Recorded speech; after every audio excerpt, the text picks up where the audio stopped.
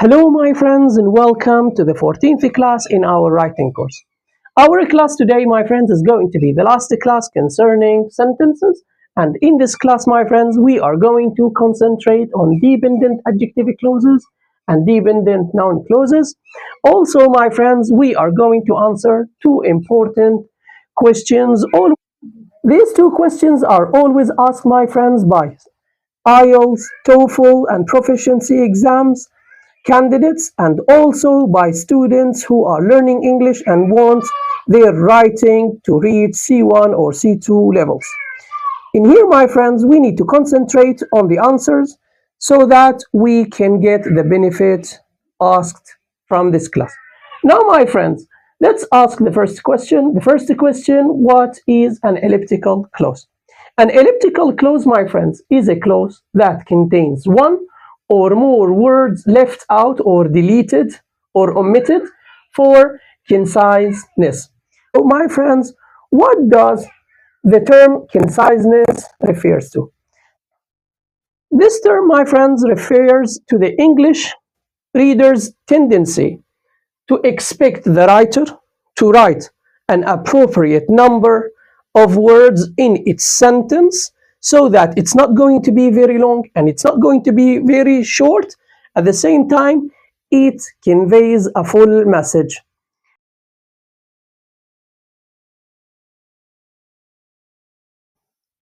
Also, my friends, this term refers to the ability of an English writer to use an appropriate number of words in one sentence so that this sentence is not going to be very long and not going to be very short and conveys a full message.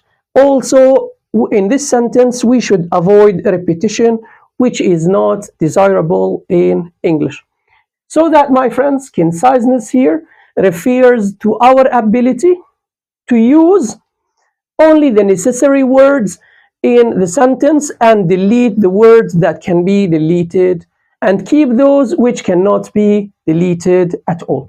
In here, my friends, I have two main situations for elliptical clauses. The first one is the elliptical clause of the relative pronoun of an object in an adjective clause. In here, my friends, if we have an adjective clause and of course we use a relative pronoun to introduce it.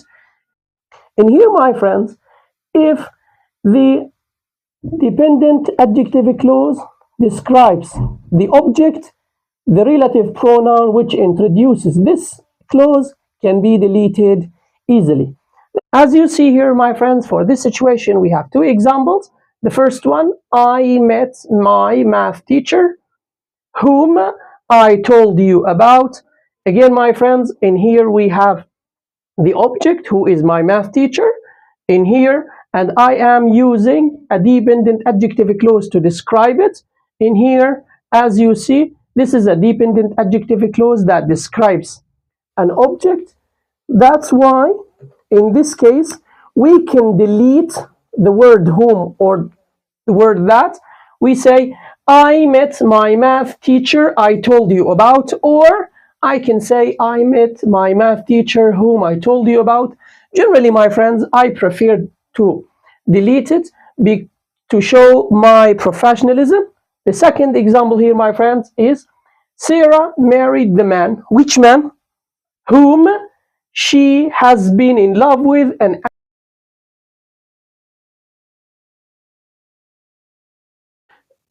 the second example, my friends, is Sarah married the man, which man? Whom or that she has been in love with since 2019. And here, my friends, this is a dependent adjective clause that is describing the man, the noun phrase, who is an object.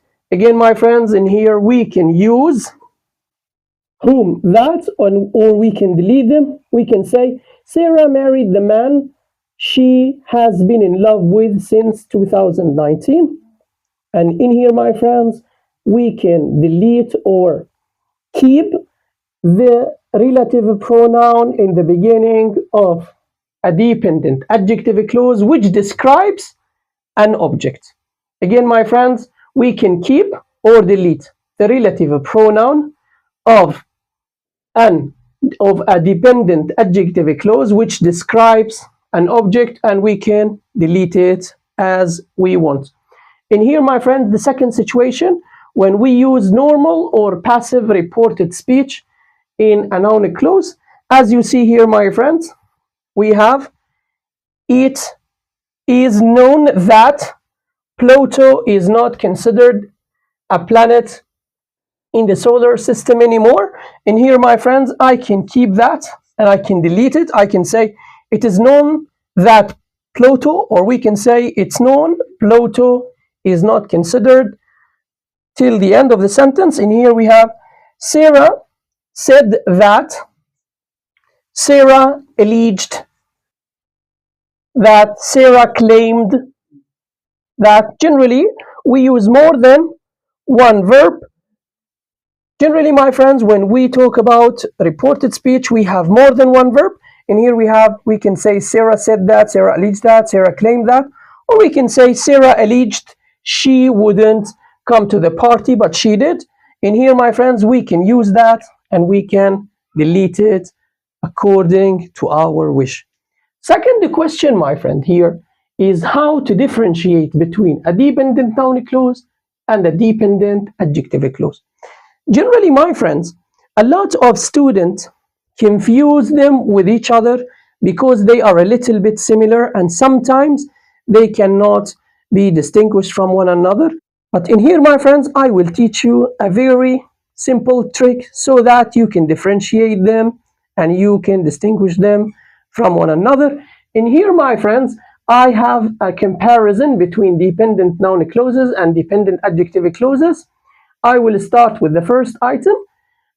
Dependent noun clauses can begin with a relative pronoun like who, when, where, whom, or can begin with conjunctions like whether, whoever, whomever, etc.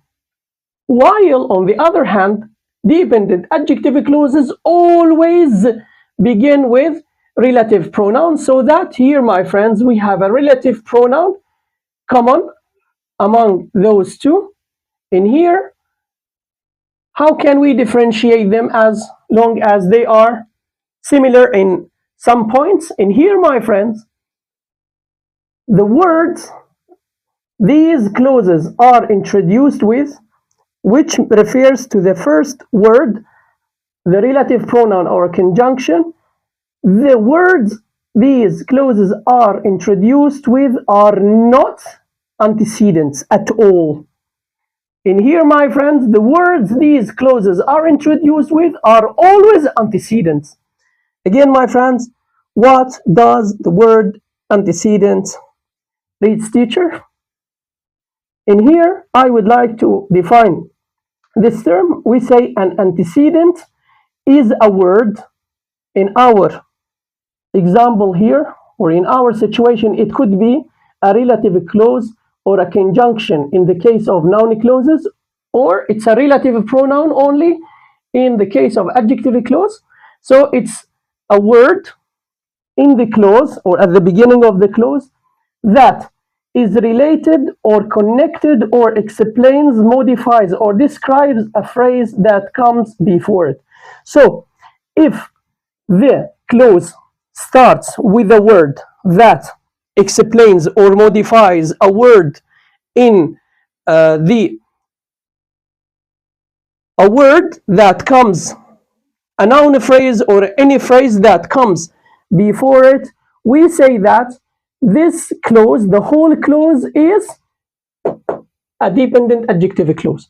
While if the clause starts with a word that makes the whole clause independent and is not related to any element before it, we say this is a dependent noun clause. Again, my friends, a dependent noun clause is independent clause in the sentence, while dependent adjective clause is related to another clause or to another phrase before it. Allow me here to give you a few examples so that we understand this point clearly.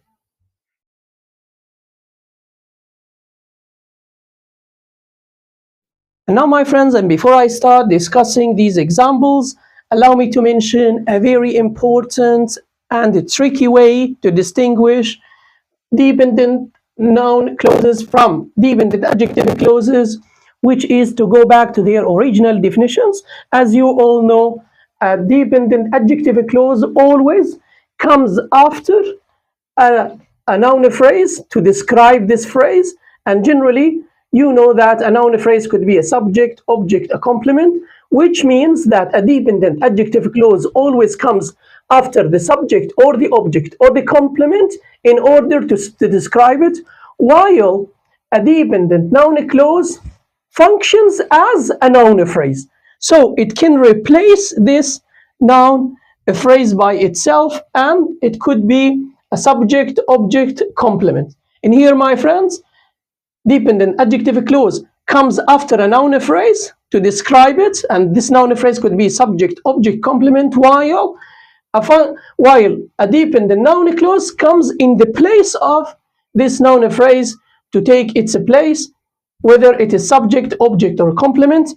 Explaining these examples, my friends, will make the idea very simple. And here, my friends, I have these examples. Example number 1, Sarah loves the man. So in here we have subject, who is Sarah. We have the verb phrase, loves. The man is the noun phrase, which functions as the object. And as you see, my friends, here, whom she is married is a dependent clause. But what types of dependent clause is it? It is a dependent adjective clause because it comes after the object, the noun phrase, describes a noun phrase. It comes after the noun phrase and gives information about it. Sarah loves the man. Which man? Whom? Whom she is married to. So here we use this clause to describe or to modify the object, while in the other example, here, Sarah loves that she is married. Sarah is the subject, loves is the verb, and here we have that she is married is a dependent clause because it is a group of words containing a verb and its subject together. And here, my friend, it functions as the object.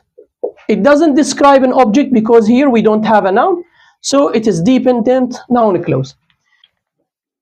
And before I go to the second example, my friends, I would like to mention that Sarah loves that she is married is an object, and it could be replaced by a noun or a pronoun according to the definition of a noun clause, as we said before. And here we can say Sarah loves Jack, for example. Sarah loves marriage, a noun. Sarah loves him.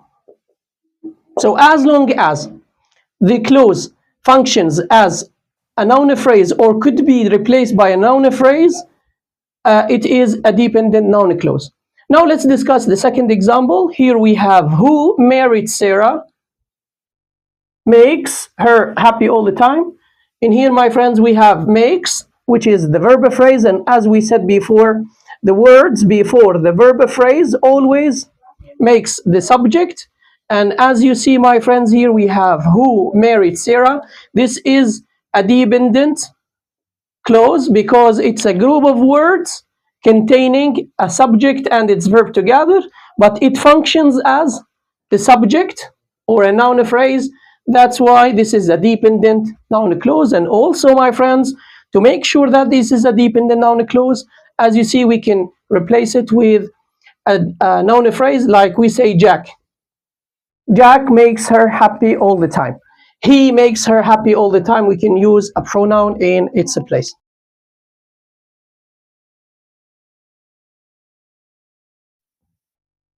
On the other sentence here, my friends, we see the man, this is the subject, makes her happy all the time. And here, my friends, which man? The man who married Sarah. So here, my friends, this is a dependent clause. Again, my friend, because it contains a subject with its verb together. And here we say the man who married Sarah. This clause describes the man who is the subject or the noun phrase. It doesn't function as the subject, it only describes the subject. That's why it's a dependent adjective clause, because it comes after a noun phrase to describe it. For the last example, my friends, example number 3, we have two sentences. The first one, this is my friend whom I told you about. Again, my friend, this is a dependent clause. And this and this dependent clause, my friends, as you see, describes my friend, the noun clause, which is a complement of this sentence. It's a complement because it's not a subject. It doesn't come before the main verb, and it's not an object because it doesn't come after a transitive verb.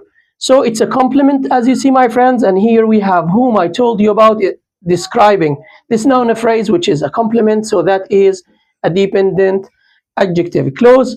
In the last sentence here, this is whom I told you about. As you see, my friends, in here, this is a dependent clause. It's a dependent because it starts with a relative clause. And as you see, my friends, in here, it functions as the complement. It doesn't describe the complement. There is no noun phrase before it. It is the complement itself. So that is a dependent noun clause. That's it for today, my friends. I hope you enjoyed this class. And again, my friends, classes 10, 11, 12, 13, and 14 are very important for students who are going to take the IELTS, TOEFL, or proficiency exams, and they want their writing score to be high, or even students who are trying to develop their writing skills to reach C1 or C2 levels. Again, my friends, if you don't understand a point, try to replay this video again.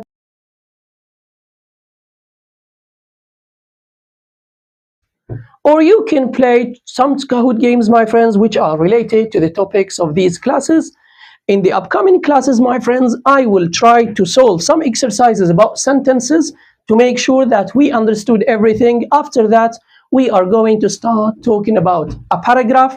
We are going to take the theoretical part of the paragraph, types of paragraphs, parts of paragraphs, and after that, we are going to try to write paragraphs together, so that when you try to write your paragraph, you send it to me and I will check it for you. Thank you again, my friends, for your patience and for your endurance. Again, my friends, study harder to get better. Goodbye.